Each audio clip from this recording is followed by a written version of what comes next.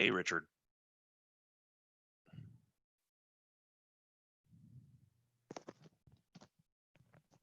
You there? Yep. Can you hear me? Cool. Yeah, there you go. So we just going on to the next slide? Yep. Awesome. I don't know if we'll get all this done here, but No, that's all right, man. I'm free all day tomorrow, so.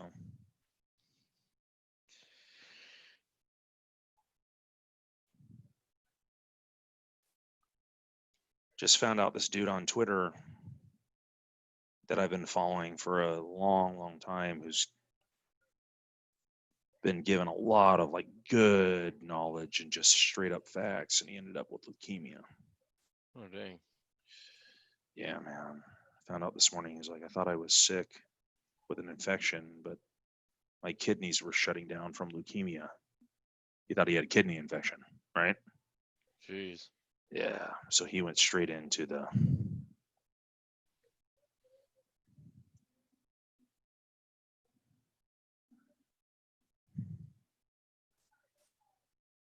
What other things should we talk about here?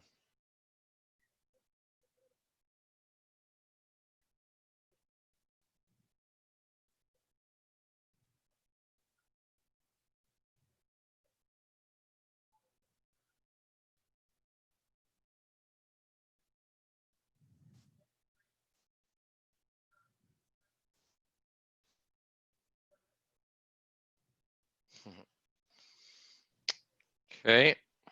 what's going on? I don't have share screen on. There you go. Okay, so let's go through this real quick. I'm talking about how the Facebook algorithm works. And then correct expectations. Yep. I'll try. Give me. How about from now on, you just give me when you go through the slide, say, "Hey, Ryan, would you like to say something?" And then that way, I'm not interrupting you.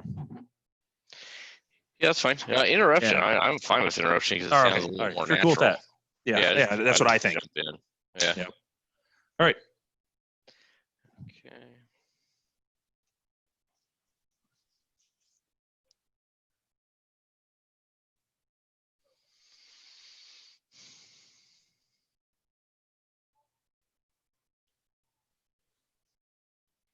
Okay, everybody, welcome back. And in today's video, we're going to cover the Facebook algorithm.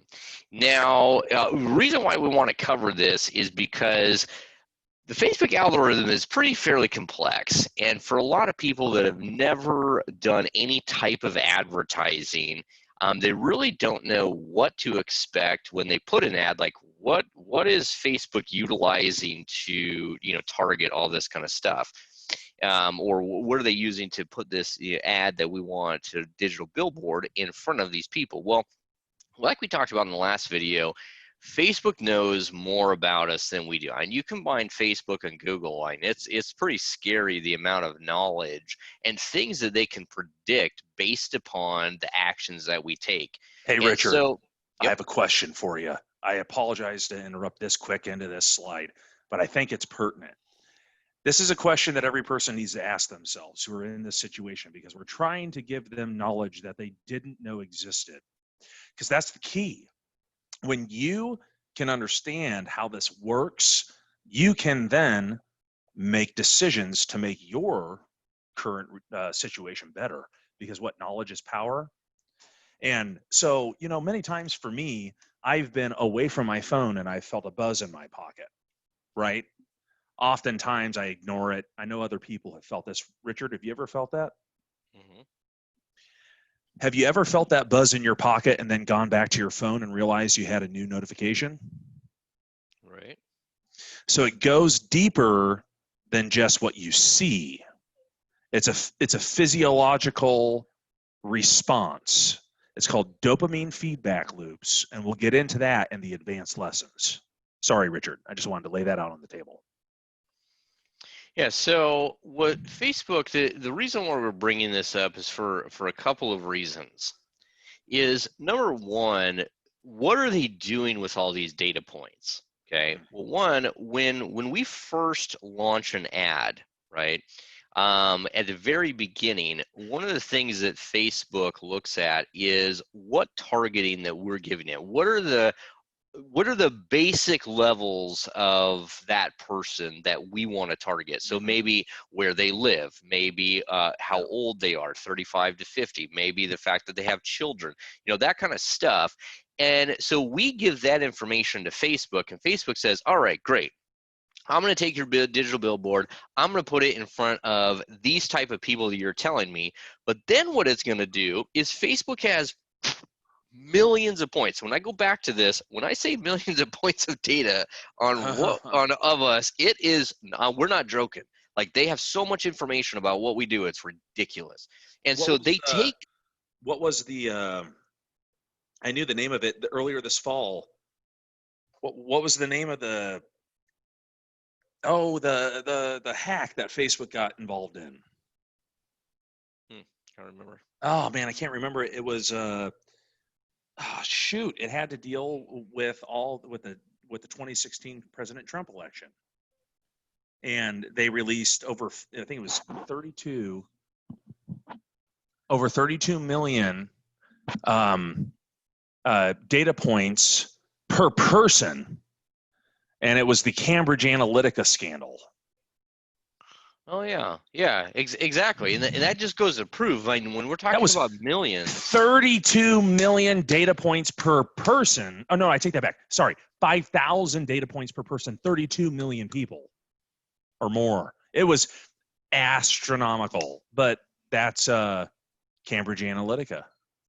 So go and research that if you want proof. Anyway, go ahead. Right, exactly. But the point I was trying to make is that basically, so we give Facebook the preliminaries, right? The big filters that we want them to put in people, put these ads in front of.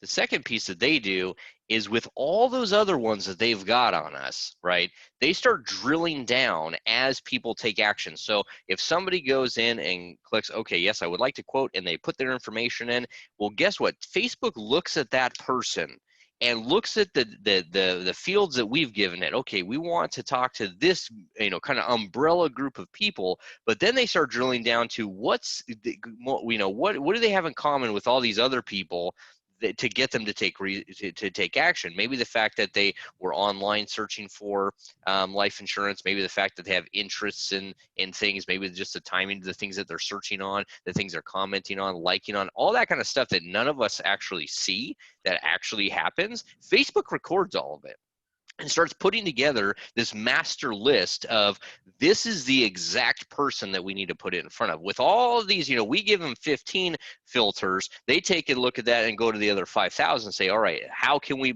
map out the ideal person? So that way, as we get further into this segment, of putting our ads out there, it gets smarter and smarter and smarter and smarter to where we don't have to worry about, who Facebook's putting in front of. It's not a shotgun. So the reason why we want to bring this up is for a couple of reasons, is having and managing the correct expectations, okay?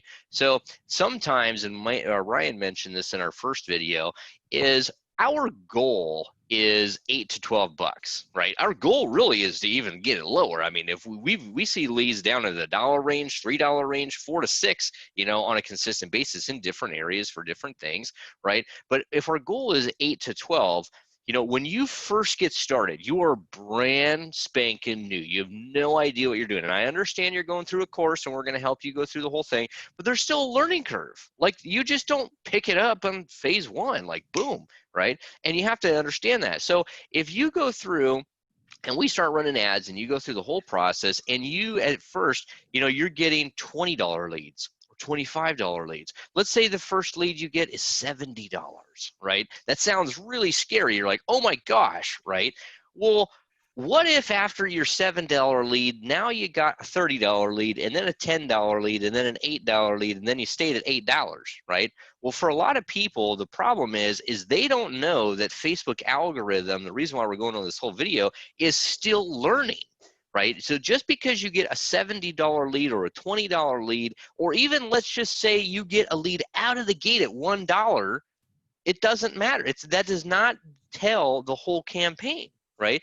And that's where a lot of people mistake, and they get messed up in their head where they think, oh my gosh, they have two sides to it. Oh my gosh, I'm amazing. I beat the numbers, right? I got a $1 lead. I can't believe this. I'm gonna be rich.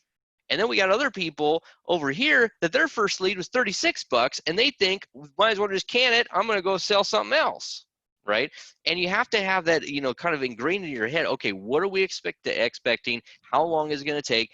Sometimes, typically 24 to 48 hours, right when we launch an ad set, we can kind of start looking at things. But based on that, then we're going to kind of extrapolate that out over the next week, couple weeks, to kind of really see how they perform. So as far as this last one, I know it's a little bit kind of different than the rest of them as far as how long it should take, how much we should pay for the leads.